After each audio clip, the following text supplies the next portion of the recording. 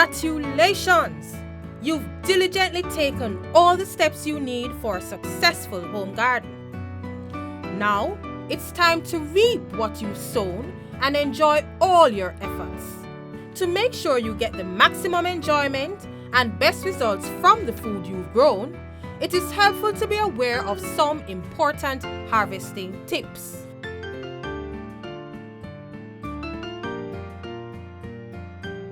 Harvesting. Now, harvesting is basically when you reap your mature fruits, right?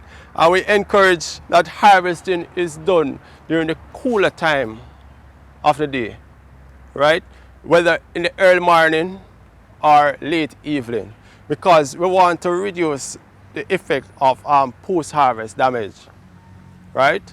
So we encourage you to harvest during the cooler time, especially for sweet peppers, most crops.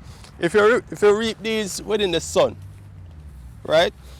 Because the enzymes within it is still activated and so forth, it's very active.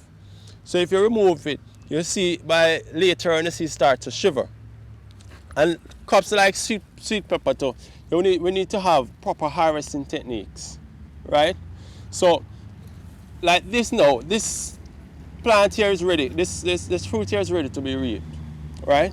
So you want to not to tear or pop the fruits off, right? You want to eventually, because if you tear or pop it, you realize you disturb the stem structure and you allow for bacterial or fungal infestation, right? So the proper way of reaping, hold it and pop it, right? So you get a clean cut.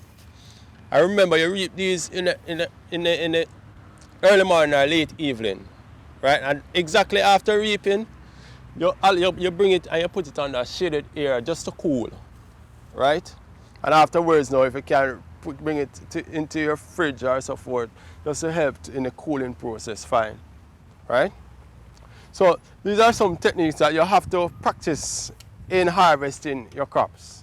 Right? If you have a large backyard where you're doing a lot of harvesting, you want to ensure that you have the crates, harvesting crates, to pack the plants, the fruits after reaping, you pack them within the crates and then you move, right? It allows for easier transportation. It allows for the plant not being able to bounce against each other and causing bruises and so forth. That decreases the marketability of your plants.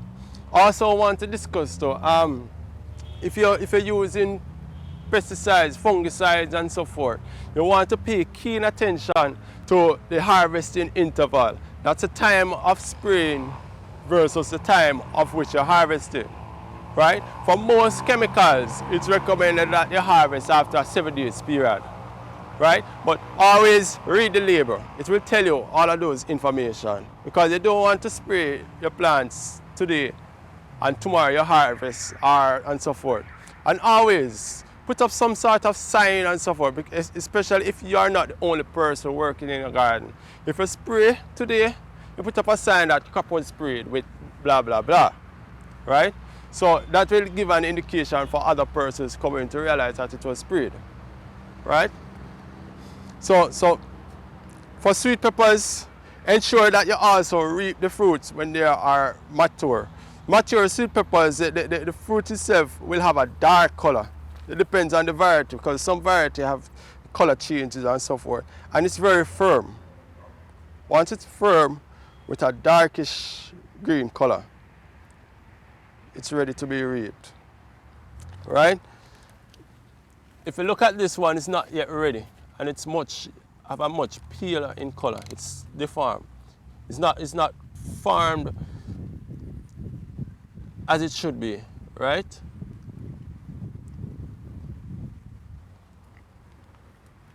And the same thing goes for tomatoes and so forth. The color change is an indication of the maturity level of the crop, right? So in harvesting, just take into practice all of those. And remember the key thing, not to tear off the fruits. Gently pick the fruit. Because if you tear off the fruits, it will cause fungal buildup and so forth. that will cause it to even start to spend some money on fungicides to actually combat that situation. And remember, the aim is to grow your crop in an environmentally friendly way that everybody will survive and be beneficial from it, right? And it will help to sustain your backyard production. I just eat my food.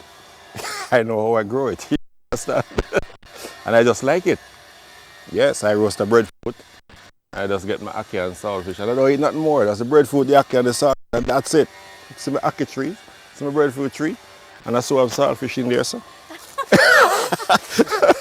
Right now I have callaloo, pop choy, a few cucumbers, okras, tomatoes, salad and plummy, sweet peppers, a plant, garlic, banana planting, yam, peppers. We plant bananas, planting, yam, and we also have an apple tree, guinea tree. This is the guinea in my hand.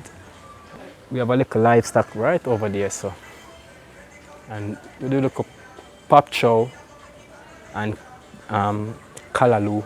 We have just about everything planted here. Fruits, we have vegetables, we have tree crops like our mangoes, bananas, avocado, and I can tell you, I remember boasting at one dinner I had that the only thing you are having on your plate that was not produced is the meat. I had to buy the chicken.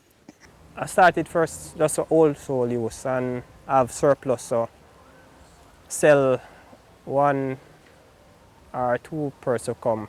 And people see the product and like it out and just start coming. So that's how I expand to this now. The youths them love what we're doing because I know them love food. But I must sit down, kick back in here, cook some food. Then we get breadfruit from over the other farm, roast breadfruit, pick ackee, just ackee and breadfruit alone. They around them read up a Bible. So them love those little jar, you know, because most time enough you never have a meal.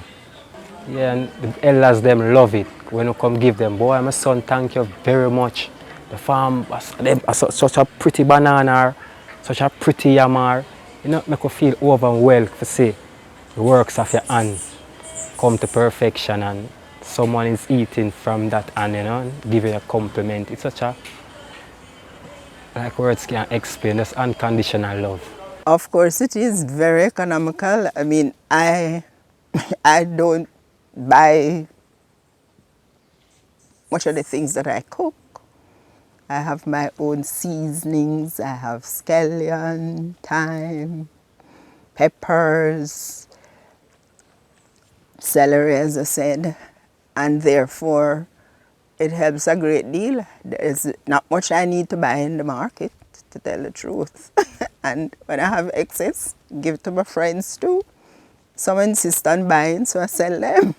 Neighbors benefit too, because you know sometimes they don't have any money and them call Junior, you have this, and if I have it, I'll give them. And it is healthier because you know what you have put into your, like us, we don't use fertilizer. So you know exactly what you're eating and it cut down on the doctor bill. When you have a garden, you don't have to go on the street to haggle, because you know that you have to take care of the plants. You talk to them at times too. So yeah, it helps a lot. I'm gonna say it relax the brains too. Really have to inspire one. Or rather, you till the soil and get a tree and you can eat from that, more than just sitting down not doing nothing and say you're wanting something. That's madness. You have to do something. I'm here from 96. That's about 14 to 15 years now, about that. Yeah. And my farming is, you know, delicious. It's very nice. I'm eating food from it every week. And more so that little color just sit down there, so I shot, I just see them be when Sunday morning them just start as this, and I cut them and put in this little barrel there, and I go out on the road and I sell and get me little dollars and come back in.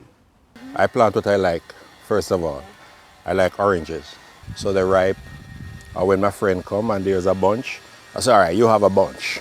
So, so I enjoy that. When you eat something from out of what you plant, you just feel like you should plant something more. If we put more effort in this, to the side, I think Jamaica can even get back on a balance within poverty.